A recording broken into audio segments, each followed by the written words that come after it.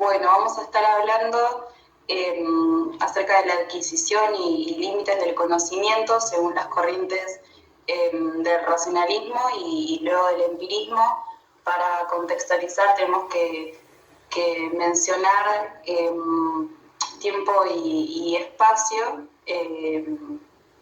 Este avance científico y filosófico de la mano de Descartes se da en los tiempos modernos, en el Renacimiento, comienza en los siglos XV, XVI y luego puntualmente XVII y XVIII.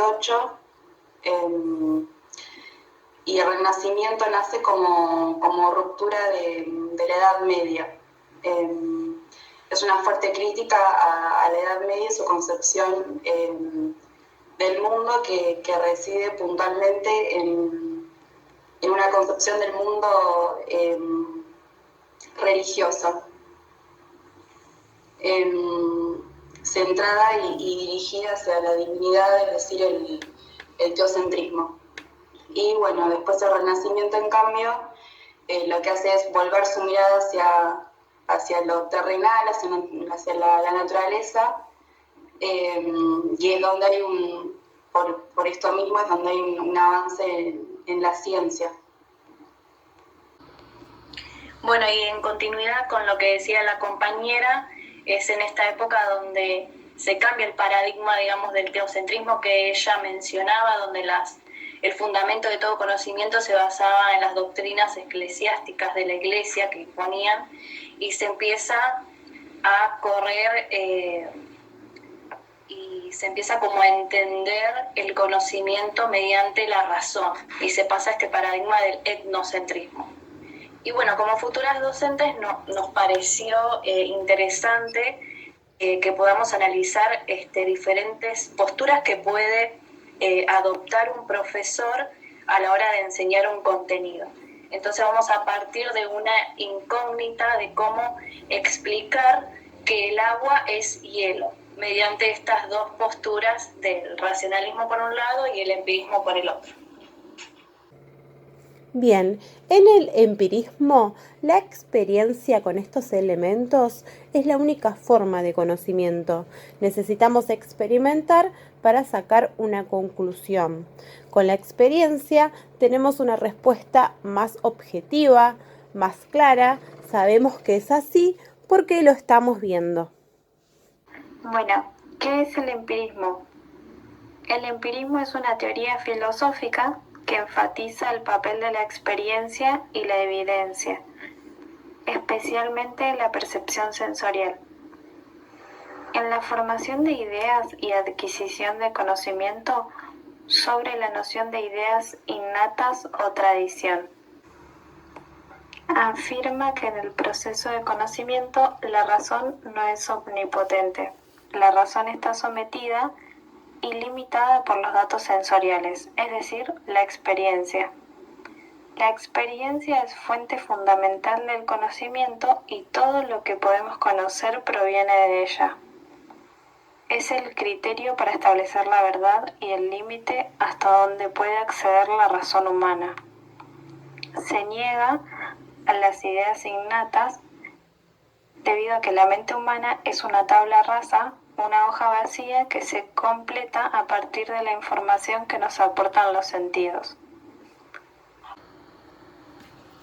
Bueno, como mencionaban recién nuestras compañeras acerca del empirismo, retomando un poco la incógnita que decía cómo explicar que el agua es hielo, ellas claramente explicaron que una docente empirista utilizaría este método de la experimentación para poder apelar a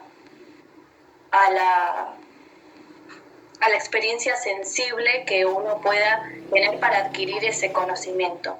Pero a diferencia de eso, el racionalismo apelaría a la facultad que poseemos de racionalizar, ¿no? Esto de poder entender que si bien esta experimentación nos da una idea adventicia que llamaba Descartes, que se produciría, digamos, mediante experiencia sensible, lo importante sería entender la idea general de cómo se produce el proceso químico de la solidificación, cómo se genera el cambio de estado de la materia y se pasa, digamos, de un estado líquido a sólido, ¿no? Eso puede ocurrir con el agua, pero como decía también Descartes, esta idea general también se puede aplicar a otro tipo de líquidos, porque él siempre buscaba esto de poder, primero que bueno, que se ponía como un poco desestimando, ¿no? Los sentidos como fuente certera de conocimiento, y buscaba esto de poder asimilar su método al método matemático, ¿no? Porque él sostenía que esto llevaba a verdades claras. Entonces, a través de la deducción y de la comprensión racional de este proceso, de esta explicación, uno podría deducir que esta teoría, digamos, de solidificación se podría aplicar a otro líquido, que si yo pongo un líquido a baja temperatura, voy a convertir un sólido. Para el empirismo, la única fuente que nos permite conocer la realidad son los sentidos, ¿no? Cuando nacemos somos una tabla rasa que va llenando. Claro, yo no puedo deducir si el hielo se derrite, se convierte en líquido, ¿no? Sin antes haberlo, sin antes haber tenido esa experiencia. Bueno, según el método que propone el racionalismo, en tanto el arribo a la verdad mediante la razón y los procesos cognitivos y psíquicos de la mente, y más no de los sentidos, para que un conocimiento sea evidente frente al espíritu atento en tanto nosotros mismos como pensantes, es necesario tener en cuenta de no precipitarnos, ¿no?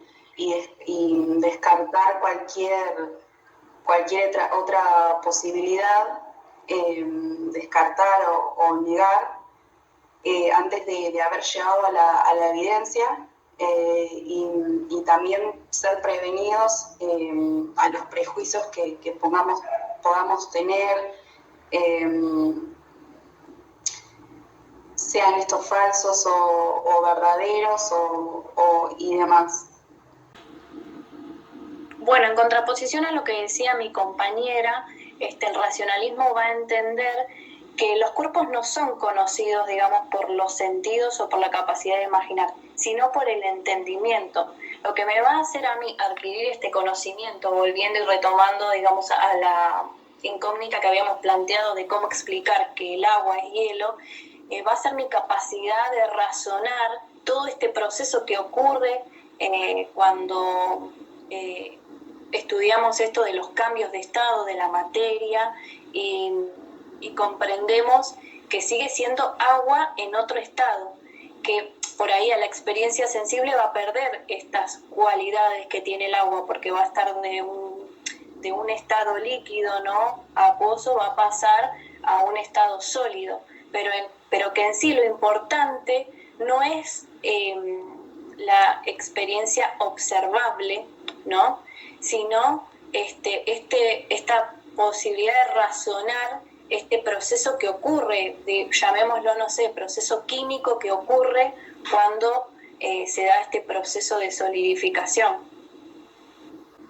Bueno, entonces, según el racionalismo, lo que va a entender, como dijo mi compañera, a partir del entendimiento y no desde la experiencia de los sentidos, va a entender entonces que lo corpóreo, lo que ocupa un espacio, en este caso, aunque por separados el agua y el hielo,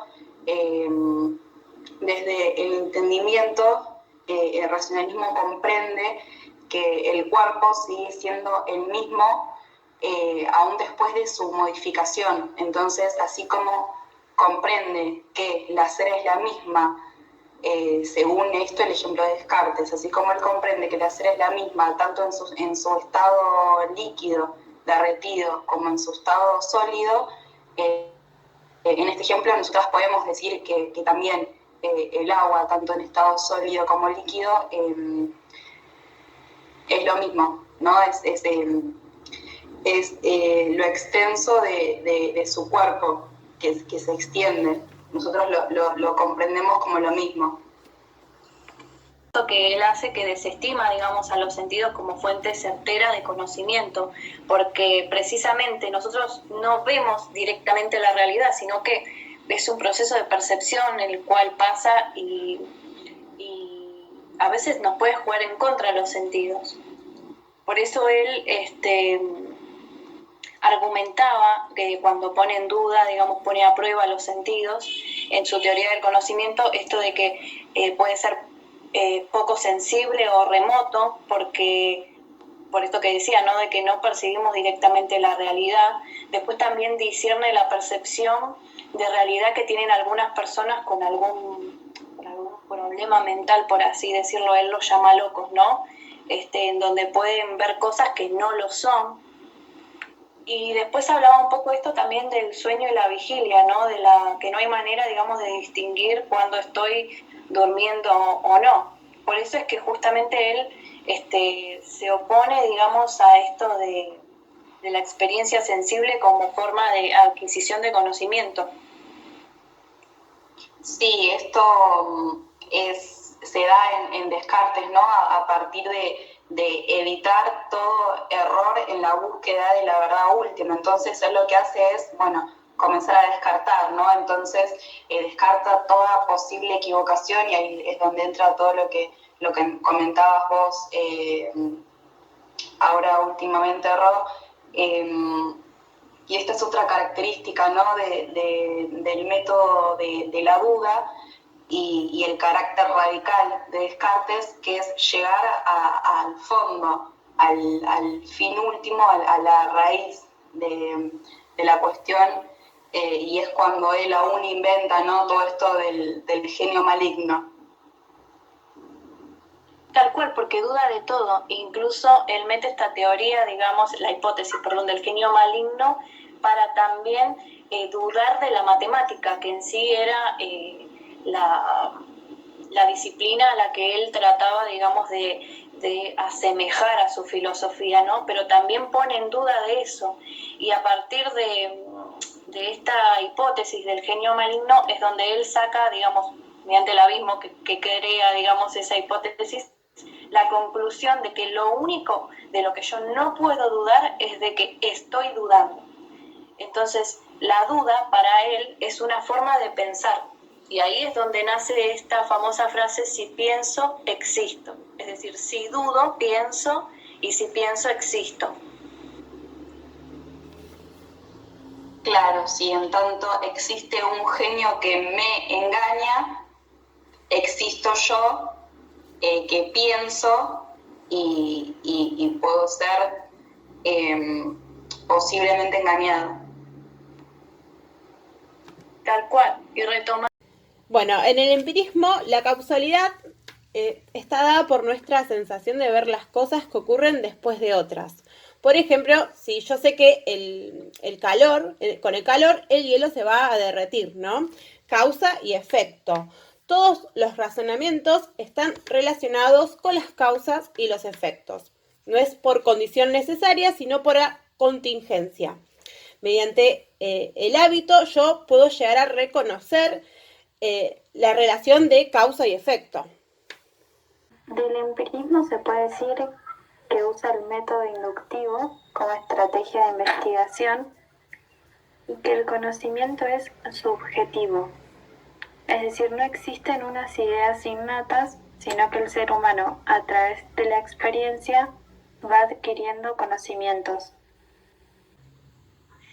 Bien, en contraposición a esta postura empirista de adquisición del conocimiento, lo que va a decir el racionalismo es que el conocimiento es independiente a la experiencia, no se necesita de la experiencia, pienso yo, en este caso, volviendo a la incógnita, para plantear esta explicación, no se necesita, digamos, de la experiencia sensible. que a través, digamos, de la explicación de esta ley general de que un líquido sometido a las bajas temperaturas se va a volver sólido, un chico lo puede entender perfectamente. Sí, quizás la experiencia sensible puede llegar a cambiar las condiciones, digamos, en esa enseñanza, porque puede llegar a resultar más atractivo, pero es la facultad de razonamiento lo que va a hacer que ellos puedan comprender ese conocimiento, no la experiencia que tengan con ella. Sí puede modificar la condición en la que se da el conocimiento, pero es el razonamiento lo que va a provocar esto, al igual que la explicación de que este es un proceso que es reversible, de que puede ocurrir esto de que una vez cuando el agua está en estado sólido se puede volver a estado líquido mediante un proceso que se llama fusión. Pero todo eso lo va a entender mediante el razonamiento, o sea, mediante entender estas ideas generales que tienen un fundamento científico y que permiten la adquisición de ese conocimiento verdaderamente.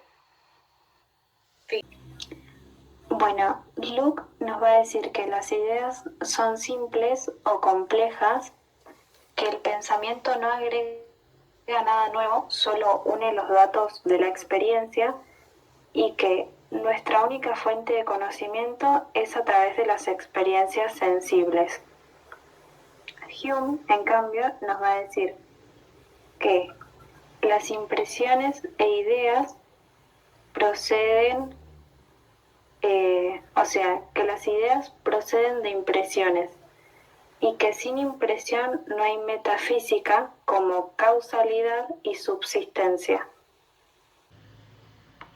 Bueno, cuando el empirismo critica la idea de causalidad, es importante la práctica, es decir, la experimentación con el agua y con el hielo, ya que una creencia es una convicción subjetiva que requiere fundamento de la realidad. Es importante la experimentación con los elementos porque inferimos por hábito de información. Bueno, para realizar, digamos, un cierre de esta exposición, llegamos a la conclusión de que para poder responder a esta incógnita que nosotros planteábamos de cómo explicar que el agua es hielo, el racionalismo y el empirismo van a mantener posiciones diferentes en cuanto a su filosofía del origen del conocimiento. Por un lado, el racionalismo va a apelar no a la razón, a la inferencia de ideas innatas para poder explicar, digamos, el conocimiento, y por otro lado el empirismo va a apelar, digamos, a la experimentación,